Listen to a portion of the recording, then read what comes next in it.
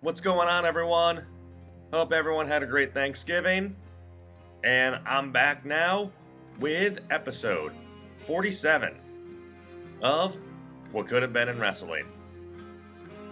This time again, we're going back to 2017. And I want to talk about what if Bray Wyatt had defeated Randy Orton at WrestleMania 33 and retained the WWE Championship. And this is a topic I've wanted to talk about for a little bit, so let's get right into it. Now, going back to that previous fall in 2016, the Wyatt family had somewhat expanded with Randy Orton joining. In fact, him and Bray were the two survivors for Team SmackDown in that Survivor Series after beating Roman. And it definitely seemed like Randy had definitely pledged his allegiance to Bray Wyatt. They did win the tag titles before losing them to American Alpha on SmackDown in that Freebird rule.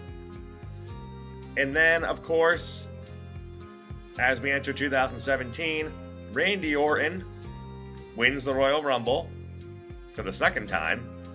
And then at Elimination Chamber, Bray Wyatt pinned ajstyles, and he became the new WWE Champion. And of course, that set up the conflict of Bray versus Randy at WrestleMania.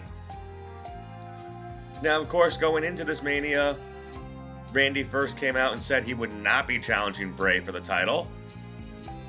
But of course, that was all a ruse. And then in that famous SmackDown ending segment, Randy Orton again burns down the house of Sister Abigail, and of course reveals that he will be challenging Bray for the title. And then at WrestleMania 33, they did have their match, and it was Randy Orton once again becoming champion. Now, this is where we're obviously going to dive into what could have changed if Bray retained. And the reason I want to talk about this is because, first of all, in my opinion, there was no reason to make Randy the champion again.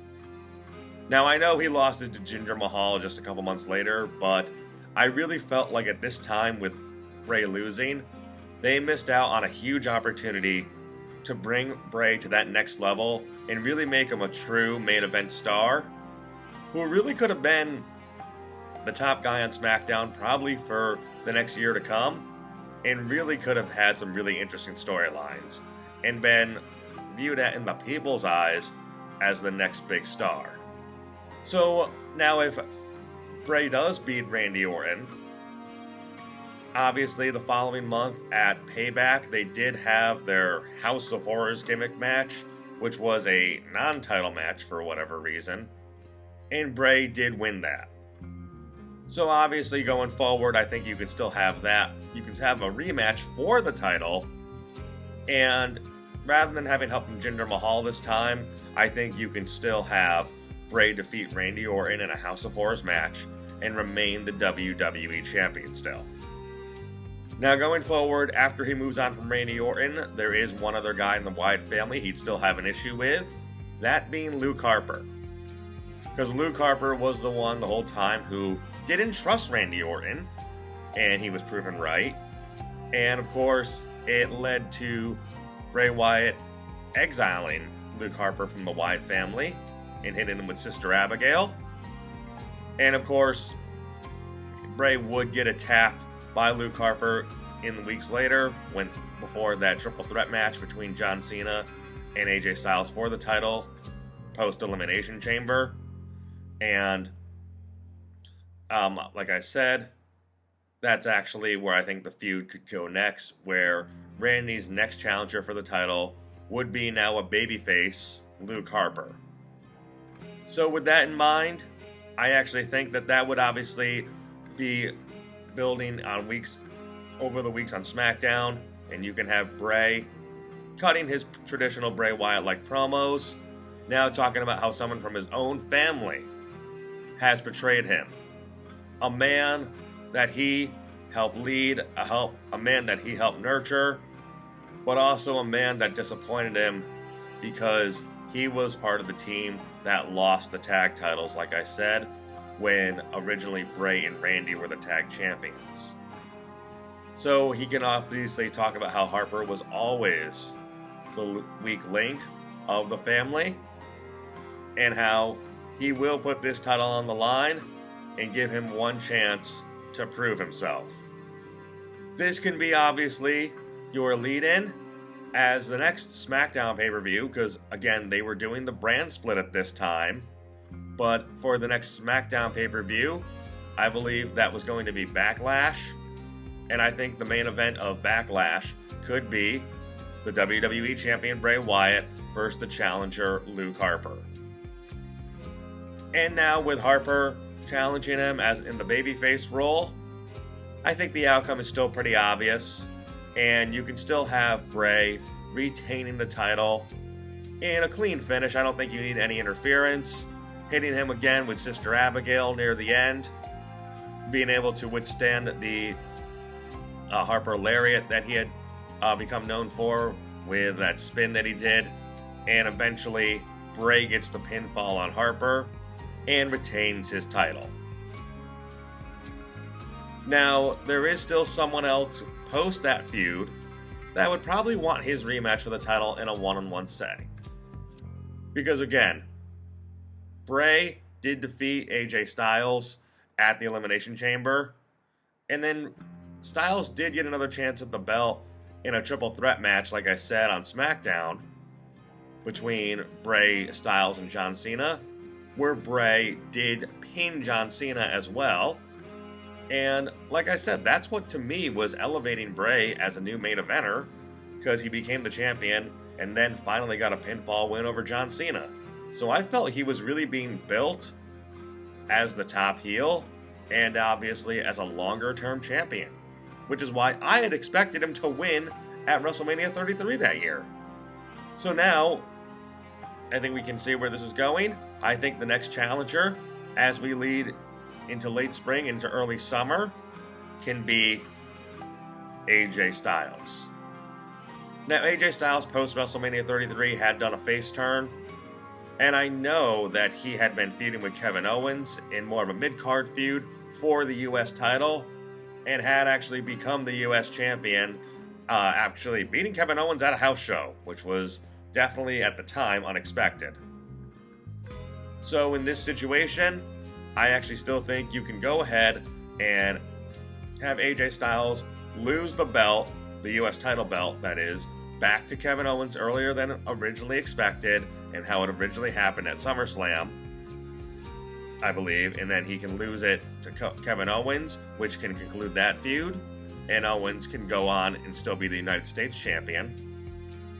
And then you can have AJ setting his sights on Bray Wyatt and demanding that he get his return match, and obviously negotiate with Daniel Bryan, who was the GM of SmackDown at the time, and Shane McMahon, fresh off his feud, and just remind him, look, well, we might have settled our differences. I never got a one-on-one rematch for my belt, and I want to be the WWE champion again. And if we do remember, AJ Styles did become the WWE champion later that year when he defeated Jinder Mahal. So I think him as the next challenger for Bray's title going into that summer, like I said, is definitely the thing that makes the most logical sense. So, going forward, you can definitely have Bray, then calling out AJ Styles, alluding to the fact that AJ wants his rematch, even though he can't accept that he got pinned by him at Elimination Chamber. And he can't accept that he had a chance in that triple threat match. And while he was the one taken out, he pinned John Cena. So, obviously you can have Bray stating his case of why do you even deserve a title match against me? So that to me obviously can lead to what the WWE love to do around that time, is you can obviously have AJ Styles challenging Bray Wyatt on a SmackDown in the coming weeks against Bray Wyatt in a non-title match to earn his shot at the WWE title, going now as we move forward into the summer into Money in the Bank. So now, obviously, on SmackDown, I think that that's where you have AJ Styles get the victory over Bray Wyatt. Again, it being a non-title match, so there's no title change.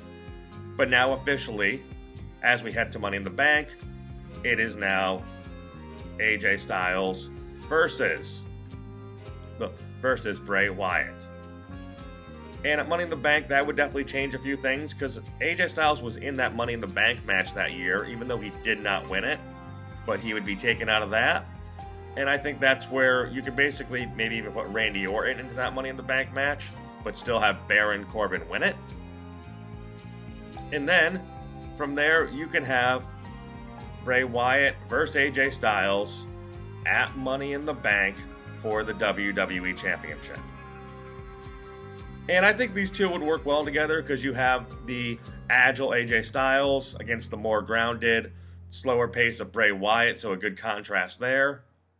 And I think while it would be I think it would obviously, like I said, be a longer match. I think they'd be given a good amount of time to tell a good story. But I think in the end, I actually still think you should have Bray Wyatt pin AJ Styles, again, after Sister Abigail. I don't think you need to go into those sequences of 100 finishers like they do in AEW, or like they do in every WWE match now, again, to be fair. And I think after one Sister Abigail, maybe much like Elimination Chamber, he avoids the phenomenal forearm and catches him with it. Bray then makes the cover after Sister Abigail, and 1, 2, 3, Bray is still the WWE Champion. So now in terms of star power and in terms of credibility as a champion, he really has a lot of credible victories under his belt. I already mentioned the Elimination Chamber and SmackDown victories he had over AJ Styles and Cena. But now, of course, he's beaten Randy Orton at WrestleMania, and then he beats him in the rematch. And then, of course, another big name and another former champion he's beaten is AJ Styles. So now I think in terms of the people's eyes and the way he's been elevated, he would be looked at as a legitimate world champion, and obviously one of the top stars on SmackDown, and not just a mid-card act. So now you have Bray Wyatt on a roll as champion, still very much, honestly, like I said, he's now been protected because he's been given some credible opponents where he's been given wins. And now obviously there's an element of mystery, because even though he's still a heel, he obviously is dealing with another heel, held in the briefcase, because it was Baron Corbin who won the Money in the Bank briefcase. And if we remember how his reign ended, he had gotten on the wrong side of management, and then due to a distraction by Cena when he cashed it in, he got rolled up by Jinder Mahal and lost on SmackDown, so he never really got a fair match when he cashed in the briefcase, and he was unsuccessful. So if you want to go that same route for Baron Corbin, I guess you can. And while Baron is engaged in his feud with John Cena, what you can have there is you can have Baron Corbin try to cash in his Money in the Bank on now the champion Bray Wyatt, maybe after he's been laid out by AJ Styles from a phenomenal forearm. But when he's about to cash in, of course, John Cena distracts him, and from behind instead, it's Bray Wyatt. While his back is turned, Bray Wyatt scoops up Baron Corbin and a Sister Abigail and pins him. So again, Corbin's cash-in is unsuccessful, and Bray is still the WWE Champion. And now as we go into SummerSlam, I think this is where you can get one final match between AJ Styles and Bray Wyatt. Reason being, we still need a rubber match, because AJ still defeated Bray in that non-title match on SmackDown, and Bray obviously retained the title successfully at Money in the Bank. But now, like I said, there's a third and final encounter. And so at SummerSlam, one more time, we get Bray Wyatt versus AJ Styles. And I think this match can play out very similar to the first one at Money in the Bank. Still the contrast in styles, where AJ using his agility and quickness to speed the match up, while Bray is intent on doing a more ground and pound style and slowing the match down. From there, near the end, you can have it again where AJ goes for the phenomenal forearm. It looks like the same kind of ending where Bray is about to avoid it, and then he goes for Sister Abigail. AJ can then spin out of that to evade Sister Abigail this time, nail Bray in the stomach, and hit him with the Styles Clash. And then, 1, 2, 3, AJ Styles can become the new WWE Champion to close out that SummerSlam. This is key for a few reasons, because like I said, later that year in reality, when Mahal was champion, AJ Styles did become champion on that SmackDown, beating him, and had about a year-long reign. And I think this match, like I said, should main event SummerSlam to close out the show, to again give Bray again a main event role in a closing spot on a main pay-per-view, and to show confidence in him. And even though he's losing, Bray had now just had a 6-month reign, defeating credible challengers and being elevated, not just obviously on the card, but I think in the people's eyes. So I don't think the title loss here at this point would hurt him as much. AJ can go on to have a similar reign like he had, like I said, for the coming year. And I know in reality, Bray had actually been moved to Raw in that Superstar shakeup and feuded with Woken Matt Hardy.